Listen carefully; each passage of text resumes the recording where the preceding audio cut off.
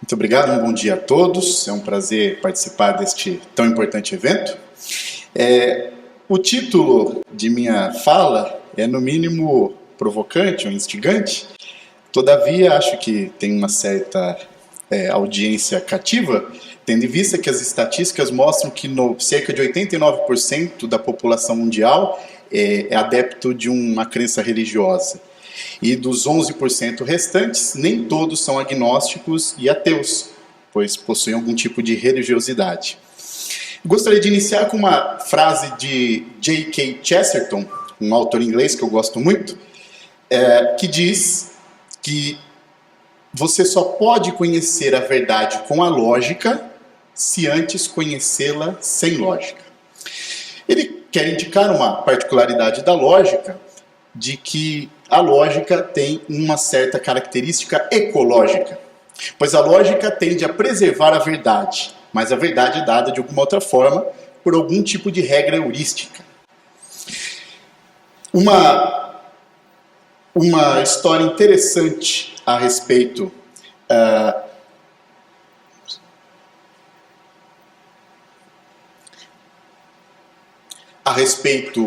de um muçulmano, um cruzado, num conflito, ele percebe que o cruzado cristão tem uma cimitarra na mão, que vai desferir o golpe mortal.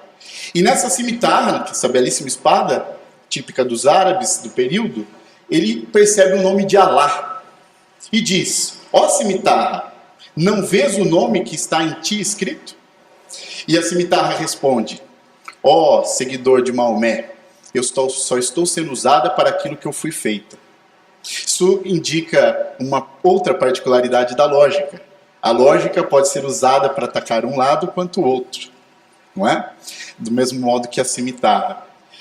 E ademais, ela pode ser utilizada para se atacar, se auto-atacar. A lógica pode ser utilizada para se auto-ferir.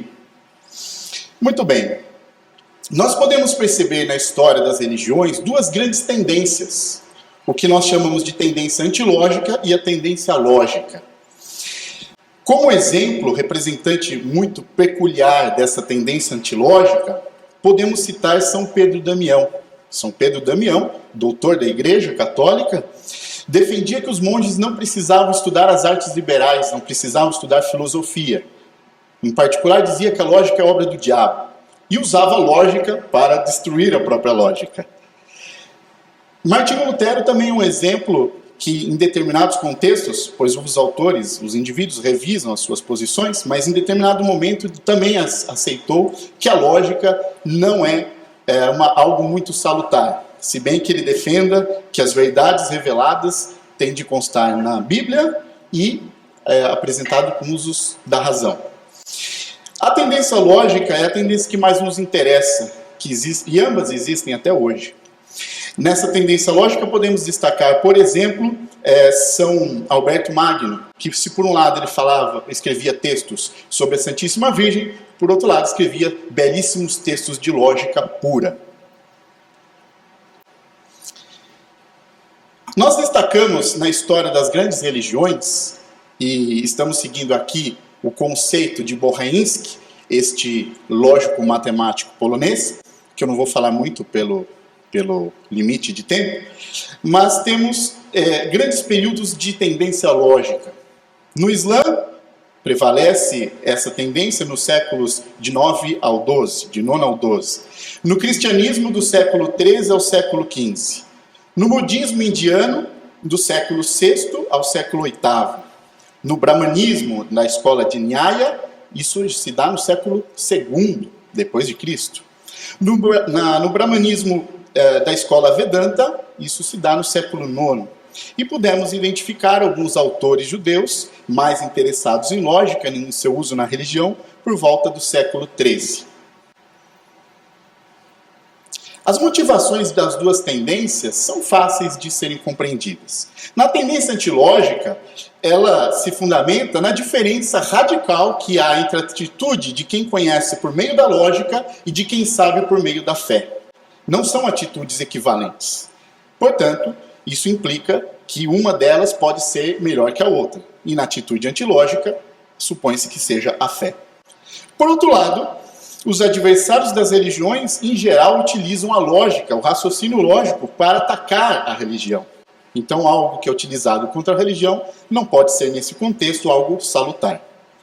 Já na tendência lógica, temos também que os adeptos de sistemas religiosos acreditam, em geral, que o mundo é governado por leis lógicas, leis matemáticas, lei do karma e coisas do gênero. Portanto, a lógica tem utilidade para a compreensão do mundo e dessa realidade criada. Também existe certo pressuposto de que Deus atua segundo tais leis, ou algum tipo de ser superior ou seres superiores atuam segundo tais leis matemáticas ou lógicas. E, finalmente, esses seguidores de sistemas religiosos têm, em geral, uma certeza de sua fé. E a razão é algo de divino no ser humano. É uma fagulha divina. E se há algo divino no ser humano, a lógica que trata dessa razão deve ser cultivada, especialmente para discussões de natureza religiosa. Nos séculos XX e o nosso século XXI, nós podemos destacar dois tipos de approaches. Não são tendências tão fortes atualmente, o uso da lógica em questões religiosas. Mas temos dois tipos de abordagens. O primeiro, que podemos chamar incidental, indica a tentativa por parte de alguns autores de usar ferramentas lógicas, analisar logicamente alguns problemas teológicos. Como exemplo, eu cito Kurt Gödel e Alvin Plantinga, filósofos e lógico, o Gödel um grande lógico, um grande filósofo, e o Plantinga um grande filósofo contemporâneo. Ambos usam de análises formais para investigação da prova ontológica da existência de Deus, por exemplo. Agora, nós temos approaches mais sistemáticos. Em particular, nós podemos destacar o Círculo de Cracóvia. O Círculo de Cracóvia foi uma escola de filósofos e teólogos poloneses que tentaram, a todo custo, empregar a lógica matemática para as investigações da teologia. A teologia pode ser considerada a religião sistematizada, a religião com o uso da razão. Empregando o uso da razão, se obtém um sistema axiomático, o sistema teológico. Infelizmente, dentro dessa perspectiva da aplicação da lógica à religião, a questões de teologia, o Círculo de Cracóvia não teve muito sucesso, a não ser com o nosso autor aqui, Józef Maria Bohensky. Todavia, os herdeiros praticamente naturais, porque também é na Polônia, são aqueles investigadores do chamado Copernicus Center que tentam aplicar em suas investigações sobre a teologia, sobre a religião, esses elementos de lógica formal. Para indicar, voltando um pouquinho, a importância da lógica em autores medievais, por exemplo, havia uma máxima que dizia: sine logica teólogos quasi asinus est. Sem a lógica, o teólogo é quase um asno. Isso é uma máxima medieval. Para mostrar a importância, dentro de certos contextos, da lógica.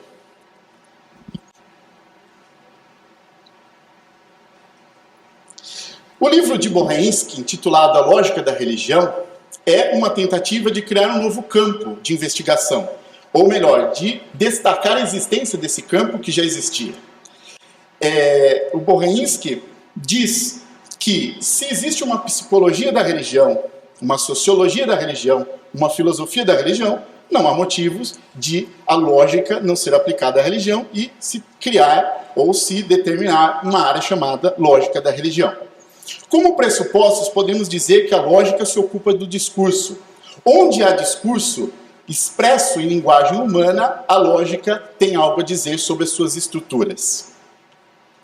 Outro pressuposto é que a revelação, credos, catecismos e teorias teológicas são expressas em linguagens humanas.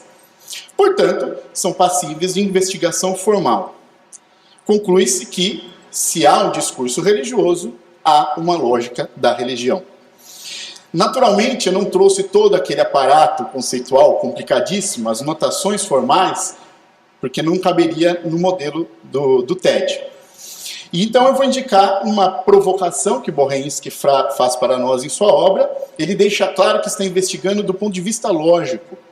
Mesmo que o indivíduo não se interesse, não aceite pressupostos religiosos, ele pode, como lógico, investigar o tipo de raciocínio empregado nessas religiões. E ele argumenta, ele é muito metódico, e argumenta em sua obra que na religião há um discurso significativo, comunicativo e ao menos parcialmente proposicional. Se a lógica pode ser aplicada a qualquer discurso significativo, comunicativo e proposicional, então a lógica pode ser aplicada pelo menos às grandes religiões, que ele deixa muito claro que não elegeu por nenhum critério de valoração, e sim por de acesso, de facilidade de acesso às informações e metodologias. Finalmente chegamos às semelhanças que Bohensky defende que há entre a estrutura lógica das ciências naturais e da ciência, ou da disciplina, ou do ramo, ou da religião sistematizada, denominada teologia. Na física, nós temos enunciados experimentais, essa estrutura que ele diz que há nas ciências naturais em geral. Começa com enunciados experimentais, teoricamente, que ele denomina axiomas epistêmicos, explica os enunciados experimentais por outros enunciados dos quais os primeiros podem ser deduzidos. Num terceiro momento, deduz dos enunciados explicativos outros novos enunciados que podem ser verificados por experimentação. Explica os enunciados que eram explicativos num primeiro momento, de primeiro grau, por novos enunciados explicativos do mesmo modo. Verifica esses enunciados examinando sua consistência com outros enunciados do sistema. Introduz novos termos teóricos que não se encontram nos enunciados protocolares. Então ele diz que há dois tipos de axiomatização. No primeiro, um enunciado baseado no experimento, na experiência. Tenta explicar esse enunciado. A partir dessa explicação, busca explicações mais gerais, leis gerais. E aí aquele axioma original, que era o experimento, deixa de ser um axioma e vira um teorema, uma conclusão dessa explicação mais geral. Então há dois tipos de axiomatização. No primeiro momento, da experiência para as explicações gerais, e no segundo momento, as explicações gerais se transformam nos axiomas e o caso particular é uma conclusão. Há uma inversão. E ele diz que isso se dá também na teologia, que é a religião sistematizada.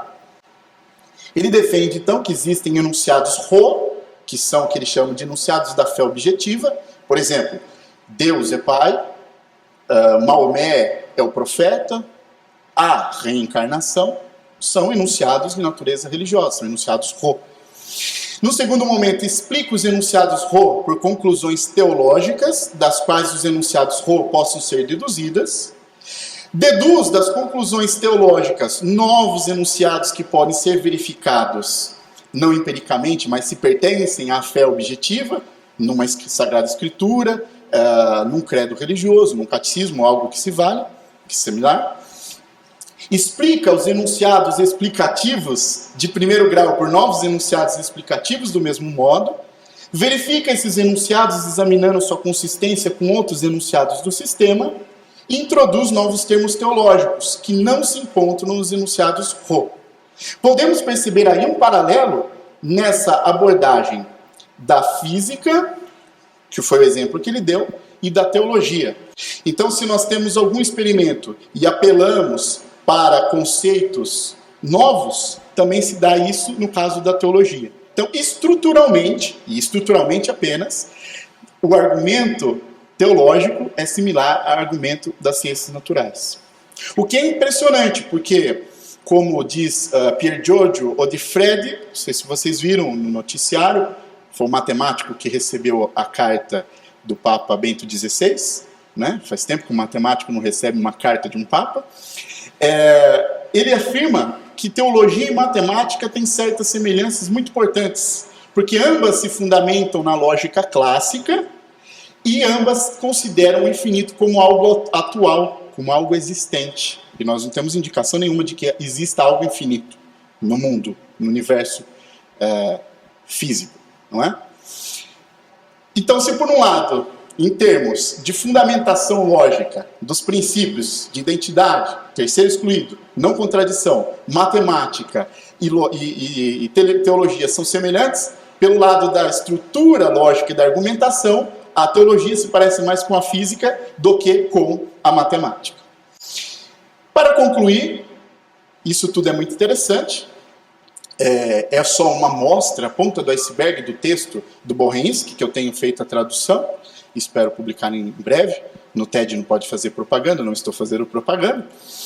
E o Bohensky indica ainda que o caso do indivíduo religioso há um problema complicador.